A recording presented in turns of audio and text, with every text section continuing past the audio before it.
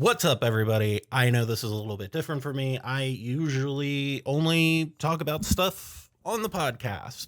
But recently there's been a lot of stuff going on in the Magic community, specifically in cEDH over the past week. And so Ian did do a video talking about his opinions on things. And I wanted to, I know that I usually kind of keep these things to blue sky and Twitter and like little offhanded things throughout the podcast. But I did think that it was worthwhile for me to make a video as well. I wanted to put a voice out in there other than Ian's that, is from our community talking about these things. I think that does matter. So what am I talking about? The first thing that I want to address is the TCGplayer stuff. If you have not heard, they are trying to move their facility in Syracuse, I believe is where it's at, to Tennessee as a way of busting the TCGplayer union. So if you are currently supporting us through buying cards on TCGplayer, please stop. I appreciate that, but if you want to support us, go over to Patreon, do things like that. We're going to be removing TCGplayer from our link tree and from our bio. That is not something we want to support while they're doing this. If they decide they want to correct course on that, cool. But I know for me, I have no desire to be involved with that type of bullshit. Union solidarity all the way. Number two kind of separate issues that I want to address. One is a cheating issue, and it really wasn't about cheating. It was more about a person who has been caught cheating at an event and got caught, was, put on a ban for a while, won an event over the weekend. And so we'll talk about that. And the other will be the Salt Lake City cEDH event that happened with the 11-hour finals that everybody has been talking about. So we're going to talk about those two things. Those are the big meat of the video. I'm just going to keep this pretty brief. Basically, my opinion on it is very much in agreement with Ian, where I think it is a very tricky issue. I do think people who have cheated in the past do deserve opportunities to prove themselves as, being able to show that they are trustworthy. And I get that sometimes you make mistakes and sometimes you make really impulsive decisions and it gets caught on camera, and then that is your label forever. And I don't know that I think that's super fair, but also I think that cheating is also unfair. So don't cheat. And that's a good way of not having that label. With this situation, my kind of feeling on it, I think Wizards' policy on this, while not perfect, is generally where I would like things to stay. I believe it's like a 36-month or something like that ban is what it has been, if I recall correctly. I might be wrong on that. But the other issue that arises with this, because cEDH is kind of formed and run at like a grassroots level, fundamentally. And that is a good thing and a bad thing. One of the bad things about that is it does mean that people will be able to tournament hop, get banned at one place, go to another place that they're not banned, things like that.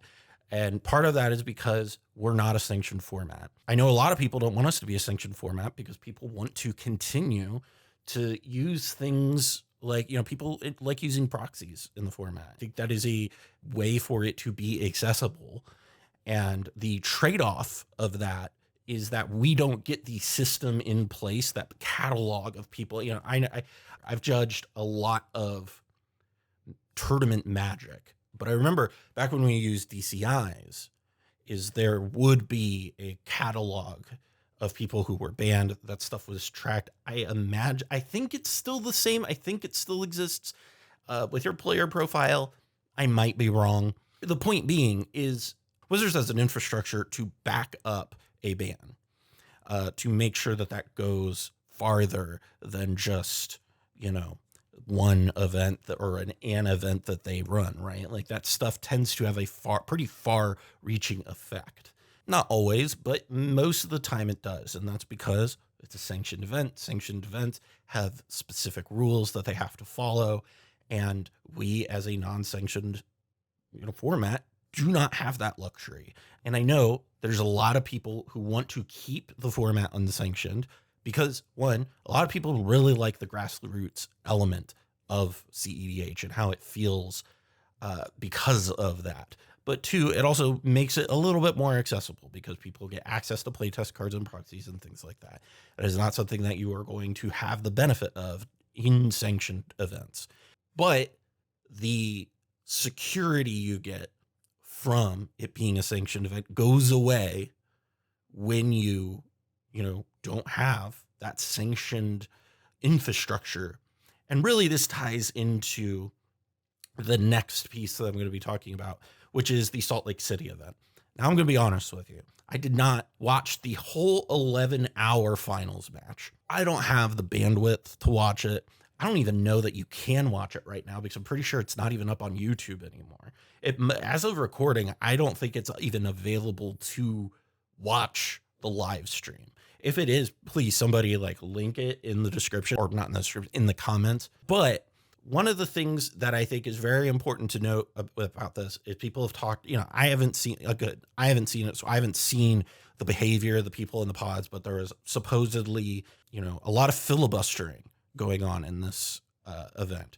And regardless of that sort of stuff is kind of, this is a very extreme example. So let's kind of put that into perspective for a minute. Most events that have long finals don't go 11 hours. 11 hours is excessive. That is extremely excessive. But cEDH games and even EDH games can go long. It is a multiplayer format where the social part of the game is such a huge piece of that. The specifics of what happened and what led to this, again, I didn't watch the finals. I wasn't there for half a day watching it. That is in excess of the social format. That is not what I would call the norm, but I think it is a result of not having clear slow play. I mean, we have clear slow play rules, right? But, I'm going to be honest, as somebody who has done a lot of judging, I understand the impulse as a judge to not want to insert yourself into a finals match for slow play for a variety of reasons. The first one is that the rules are not wide. Sure, you can go to the MTRA, the IPGA, and get that stuff. There's a couple of different places where you can pick those things up. But the access of getting those things is a lot easier for 60 card formats because, again, they're sanctioned. Wizards has rules for them. And this is kind of a direct result of not having those rules. The other part of this, too, is that if you issue any sort of penalty in cEDH, really in multiplayer, anytime you issue a penalty that is higher than a warning, it is more impactful, I would argue, in cEDH when penalties are issued. The reason being is that those can go from losing turns in a game, which in a game of cEDH, a turn could make or break everything. And it can go all the way up to a game loss. And especially when you are in a format where you only play one game, any of those feel quite punitive. I'm not saying they're wrong, but because that these are, grassroots, community-built rules, I understand the impulse as a judge to be a little bit more restrictive in your issuance of those calls. You don't want to insert yourself, especially into a finals match. I mean, hell, we watch the NBA finals are about to start soon. The conference finals are going on right now. And we see this all the time where you have, non-calls happen. You see it in the NFL playoffs too, right? Where you will see referees, judges, one might say, not call things because they don't want to insert themselves into the results of a finals match because they don't want them to be the determining factor, which a lot of people will say it was.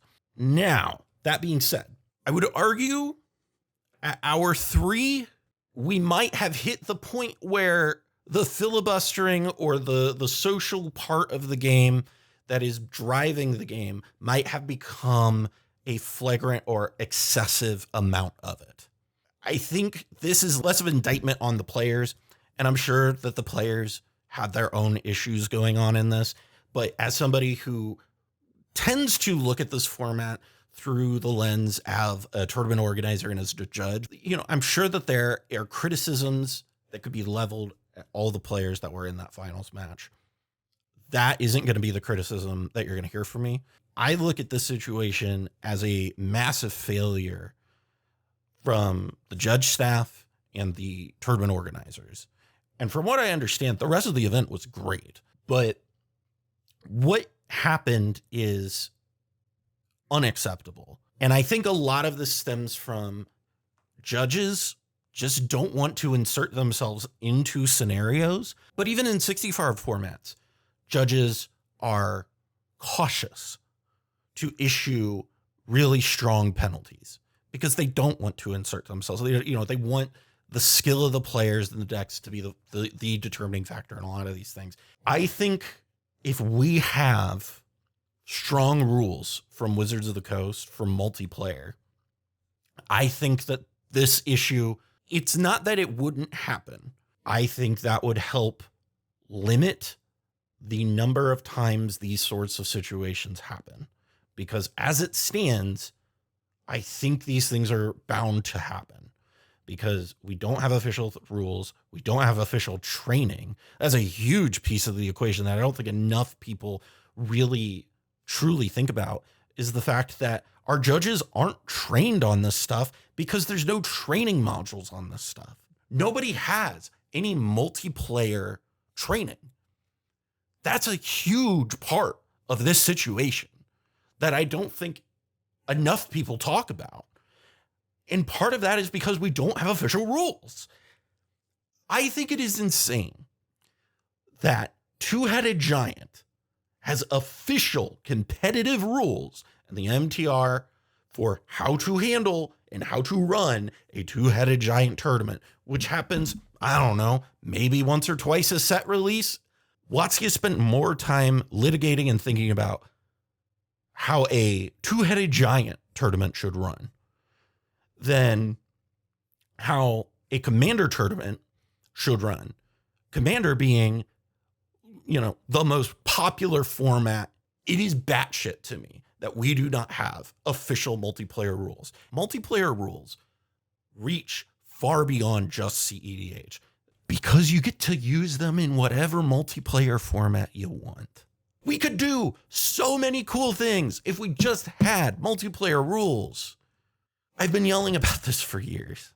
What do you guys think? Tell me in the comments. Please keep it chill, keep it civil. And as I always say, stay sculpty, everybody.